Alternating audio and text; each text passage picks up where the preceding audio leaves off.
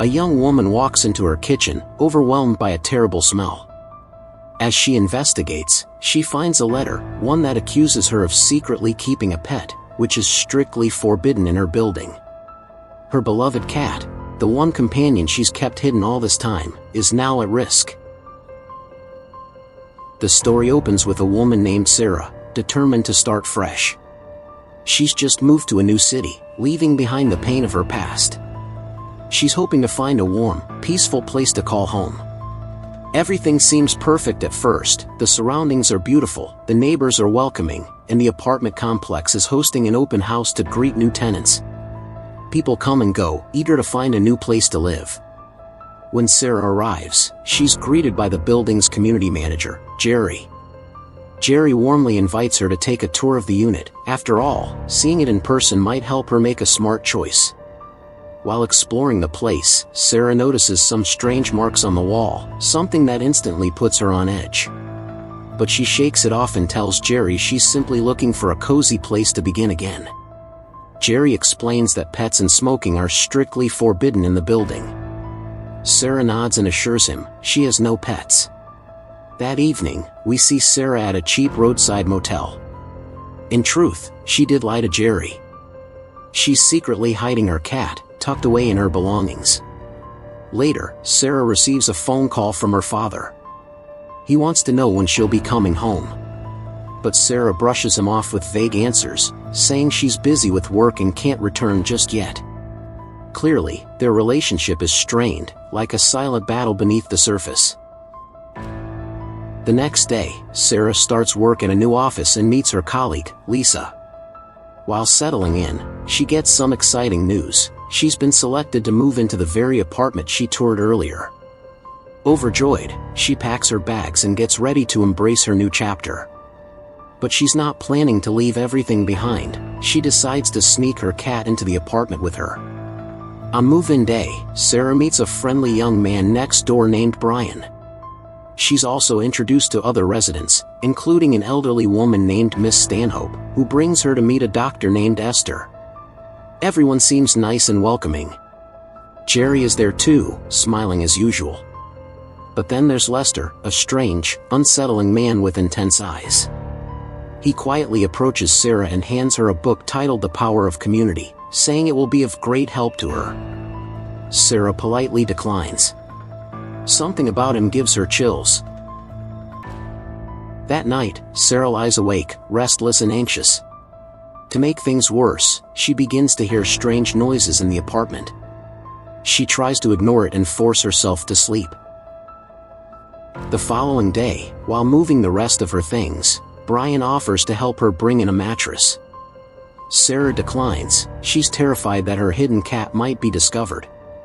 Almost every night, the noises continue, becoming a haunting routine. One night, she hears a loud noise from inside the building. When she checks it out, she finds her apartment door mysteriously open. She tries to sleep, but unease hangs heavy in the air. The next morning, Sarah, exhausted and stressed, finds a letter at her door.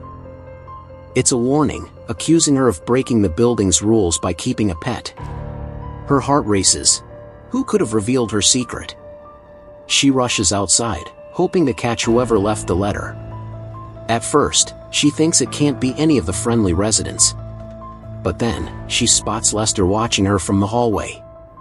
When she calls out to him, he immediately flees. Just then, Brian steps out of his room and invites Sarah to a dinner party with the other residents. She says she'll try to come. Later at work, her boss assigns her a heavy load of tasks. Despite her lack of sleep, Sarah is forced to push through. Her boss reminds her to clock out on time, no overtime allowed. Lisa feels sorry for her and decides to visit Sarah after work to cheer her up. Back at the apartment, Sarah remembers Brian's invitation. As if on cue, he reappears to invite her again. But Sarah apologizes and says she already has other plans. Maybe she'll come by later. While chatting with Lisa in the apartment, Sarah opens up about her strained relationship with her father. Lisa learns that Sarah's father had once been unfaithful to her mother, another weight on Sarah's shoulders. The noise, the letter, and now her emotional baggage are all piling up. Lisa urges her to stop worrying about others and just live her own life. That night, Sarah is once again startled awake by the strange noises, but this time, there's the smell of smoke. Panicked, she rushes to the kitchen and finds another threatening letter about her cat, placed right on the oven. Horror sets in. The smoke is coming from the oven. Inside, her cat lies lifeless, burned. Sarah is paralyzed by shock. Suddenly, a hand grabs her from behind. A mysterious man binds her to a chair. Terrified, Sarah believes it's Lester. She begs him not to hurt her. But then the man reveals his face. It's Brian, the seemingly kind neighbor. Sarah is stunned. Brian prepares to inject her with something. Sarah struggles with all her might and manages to break free from the cheap chair. She escapes into the hallway, screaming for help, and runs straight into Dr. Esther. Relieved, Sarah thinks she's safe. But she's not. Esther is in on it too. They take her into a room where all the other residents are already gathered. The truth comes out. The dinner party was a cover for this bizarre, cult-like ritual. Esther criticizes the failed timing, while Brian explains that he did inject Sarah with the drug. When she wakes up, Sarah finds herself trapped in a room with boarded-up windows. She screams for help, but no one comes. Soon, she hears footsteps. Brian and Jerry appear. Brian's friendly mask is gone. He orders Sarah to face the wall and place her hands against it. Jerry coldly tells her that even her friends won't come looking for her, they've all been misled by fake information. Sarah refuses to comply, until Jerry threatens to call on Lester to deal with her. Jerry claims Lester had once tried to escape, which is why he was punished. Terrified, Sarah obeys. She must remain in that position, only allowed to rest when a red light turns off. While holding this position, loud, cheery music plays, designed to drive her mad. As time passes, Sarah's body weakens. She eventually collapses, even though the red light is still on. Her disobedience is caught on camera. Jerry and Brian return. Rather than letting her rest, they punish her. They nail her hand to the wall. In that painful moment, Sarah suddenly understands the strange marks she saw during her first visit to the apartment. Brian insists he's helping her become better. She's been standing all day and begins to hallucinate. In a vision, her father appears and urges her to pull her hand free. At first, Sarah believes it's really him, but then she realizes it's just a hallucination and passes out. Brian and Jerry re-enter the room. They believe Sarah has finally passed their test. They take her out and tend to her injuries. The other residents now treat her with warmth, showing her the scars on their own hands, proof that they, too, went through the same ordeal. Now accepted, Sarah is subjected to even more scrutiny. She's given a lie detector test and questioned about her sexuality and past. Jerry emphasizes that honesty is the foundation of their community. They hand her the same book Lester once offered, The Power of Community. Sarah begins to understand the group's twisted ideals. Their goal is to build a different kind of society, one that values selflessness, openness, acceptance, and safety. In her next interview, Sarah is asked to recite these 4 pillars. She responds confidently. When asked if she wants to be part of the community, she says yes. But the lie detector says otherwise. She's given more time to reflect.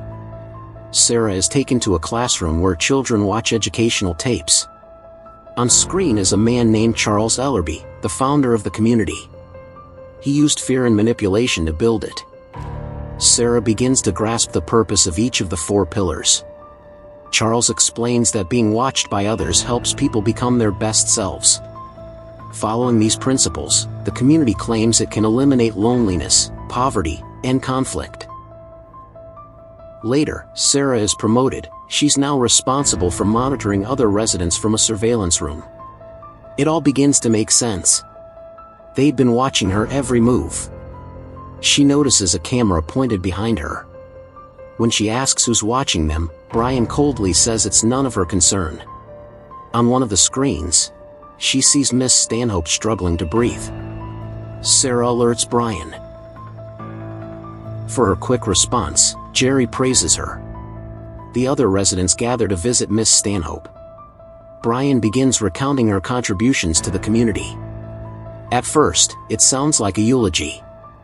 Then, she suddenly starts speaking as if she's saying goodbye.